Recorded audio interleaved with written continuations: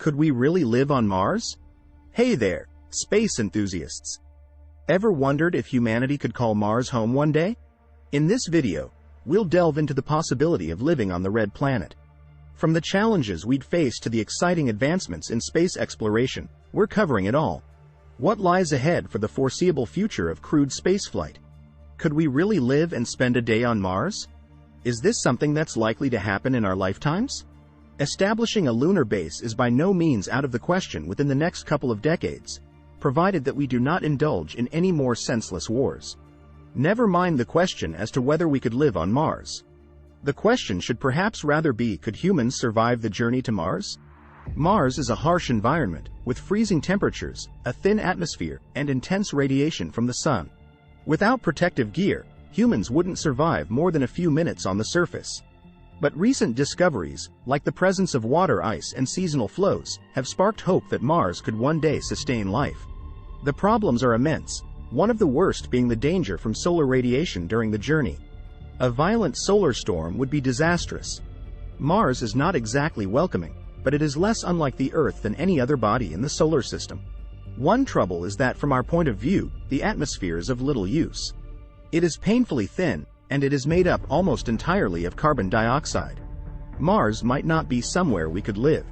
We are not sure how effective Mars's atmosphere would be as a radiation shield. How will astronauts hide from radiation on Mars? And we must remember that the explorers will have to spend a long time on the planet. There can be no quick there and back dash, as with the Moon. After the astronauts have landed, there will be a prolonged delay before Earth and Mars are suitably placed for a return journey. Establishing a base to live on Mars. The first Martian bases will be far from luxurious, but if all goes well, they will be made much more comfortable once we are sure that permanent bases really can be established. At least there are no hidden dangers, so far as we know, and though dust storms will be common, they will have relatively little force in that thin atmosphere. Neither is there likely to be any trouble from Marsquakes. The great volcanoes are quiet, and are not likely to erupt again. Yet the fact remains that the astronauts will be unable to live on Mars except in very restricted conditions. They will have to stay inside their capsules, inside a base, or inside their spacesuits. Mars is not suited to human visitors. But can we change this? Terraforming Mars. Much has been heard about terraforming, ending up with a Mars on which conditions are much the same as they are on Earth. Arthur C. Clarke wrote about a future Mars with blue skies, extensive oceans, widespread forests, and breathable air. Even if such a Mars we could live on can be achieved, it will take centuries, and the problems involved are only too clear. For example, we must thicken the atmosphere, changing its composition and making certain that it does not leak away, as the first atmosphere presumably did. Remember that the escape velocity of Mars is only just over 3 miles per second. We must also raise the surface temperature, perhaps by introducing greenhouse gases or by melting the polar ice caps. Persuading plants to grow on the surface of the terraformed Mars will be difficult, but can probably be done.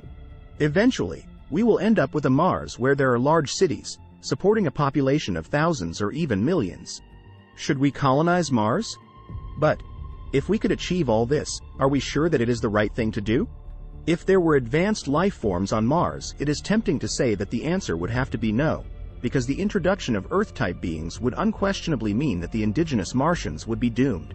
However, there are no indigenous Martians, and certainly nothing nearly as intelligent as a beetle, which removes the most serious moral objections. On the other hand, we must agree that if we did live on Mars, the planet would be irreversibly contaminated. And any organisms there would become extinct very quickly, even before scientists had had the time to examine them properly. The risk may be low, but many people regard it as unjustifiable. We may have contaminated Mars even now, despite all our efforts to sterilize the vehicles landing there. There is also the purely practical aspect. A terraforming program would be vastly expensive by any standards, and would strain the resources of even a wholly united Earth. What would be the benefits? Mars is not likely to contain any materials unobtainable at home. The counter-argument here is that a terraforming program could not be started except by a world in a state of permanent peace, with mutual friendship and trust between all nations. This may be a utopian dream in 2005, but perhaps things will be better in, say, 3005. A terraformed Mars will have to become self-supporting, and will not have to depend upon help from Earth. This means a well-regulated system of government, which will have to be global and will have to work better than ours does at the moment. Of course, recreation will be an important part of life on Mars, but we may well hope that there will be no riots and no arrests at the end of a game of football between, say, Syrtis Major United and Hellas Rovers. We always have to reckon with the defects in human nature. Has it ever struck you that the only creatures that wage organized war on each other are humans and ants? There are bound to be calls of, "Leave Mars alone, we have done enough harm on Earth." Terraforming, it is claimed, will be not only a criminal waste of money, but will also have adverse effects upon our way of life on Earth. In any case, what right have we to interfere with the evolution of another planet? Personally, I would like nothing better than to have the opportunity to visit Mars, but I admit that I would not be at all keen to exchange my Celsi home for a day res on the slopes of Olympus Mons. While living on Mars remains a distant dream, it's a dream worth pursuing. Humanity's destiny lies beyond the confines of Earth, and Mars could be our first step toward a multi-planetary future. Remember to subscribe to our channel for more fascinating insights into the mysteries of the universe. Don't forget to like this video, leave a comment with your thoughts, and turn on post notifications so you never miss an upload.